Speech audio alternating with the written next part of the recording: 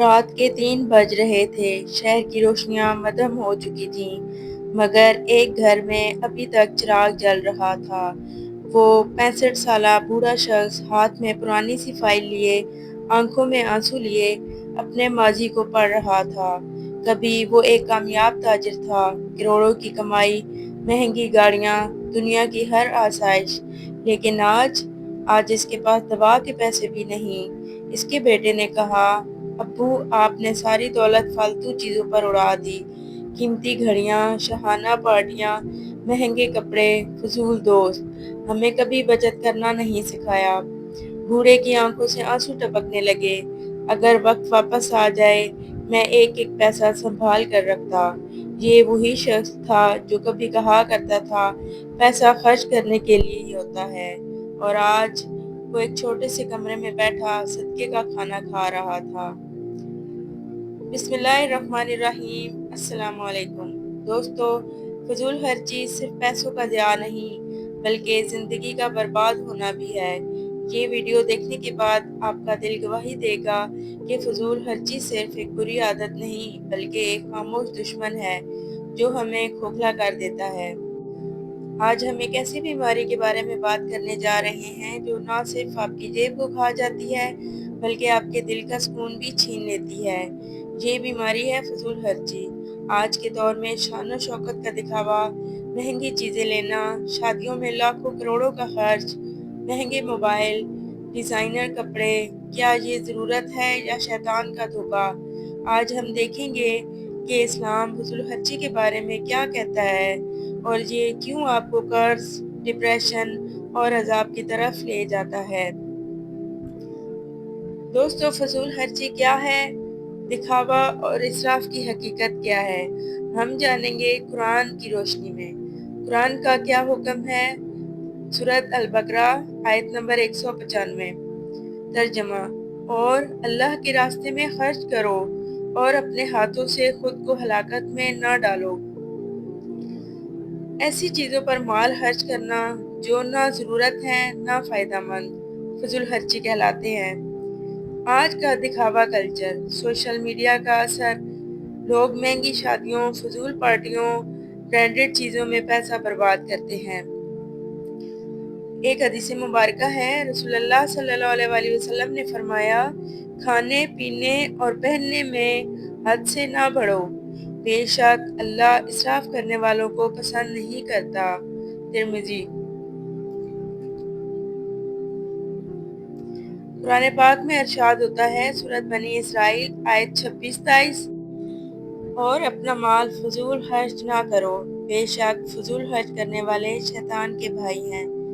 حدیث مبارکہ ہے، قیامت کے دن انسان سے 5 چیزوں کے بارے میں سوال ہوگا۔ اس کے مال کے بارے میں کہ کہاں سے کمایا اور کہاں خرچ کیا۔ ترمذی۔ اسراف اور تبذیر میں کیا فرق ہے؟ اسراف کا مطلب ہے ضرورت میں حد سے بڑھ جانا۔ تبذیر کا مطلب ہے بالکل فضول چیزوں پر مال ضائع کرنا۔ فضول خرچی کی وجہ سے بہت سی قومیں برباد ہوئیں۔ ان قوموں میں روم اور فارس جیسی قومیں ہیں جو فضول خرچی، دکھاوا اور عیاشی میں ڈوب گئیں اور تباہ ہو گئیں۔ فضول خرچی کے نفسیاتی اور معاشرتی کیا نقصانات ہیں؟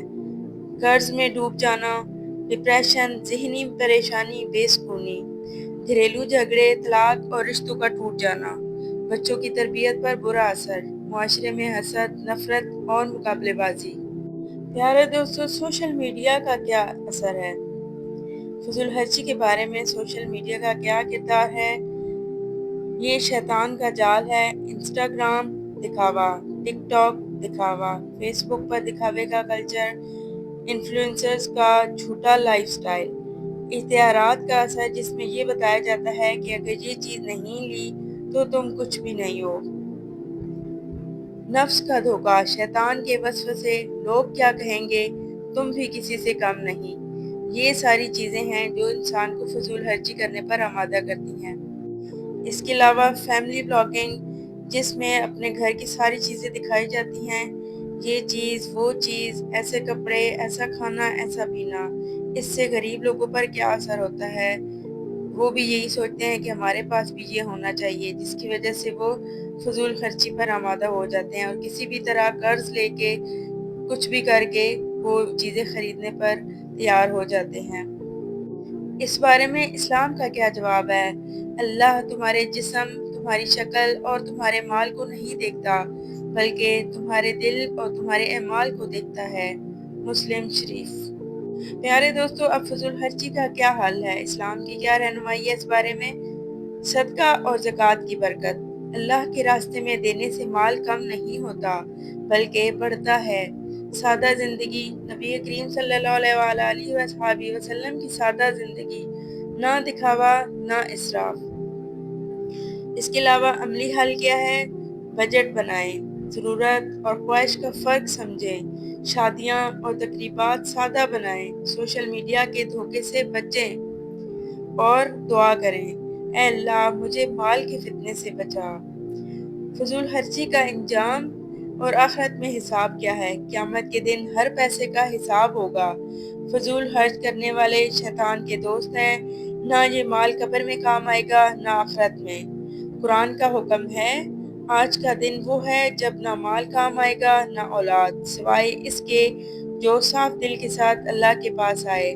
سورۃ الشعراء آیت نمبر 88-89۔ کفن میں جیب نہیں ہوتی۔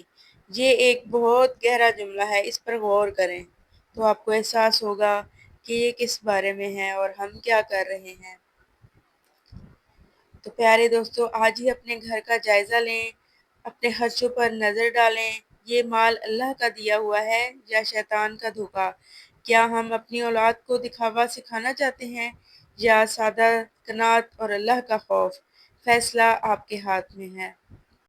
کیا ہم شیطان کے بھائی بننا چاہتے ہیں یا ان لوگوں میں شامل ہونا چاہتے ہیں جن کے بارے میں رب فرماتا ہے؟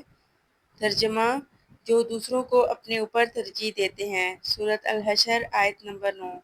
آج فیصلہ کریں، اپنا مال، وقت اور زندگی اللہ کی رضا کے لیے خرچ کریں، فضول خرچی سے توبہ کریں اور قناعت کو اپنی زینت بنائیں۔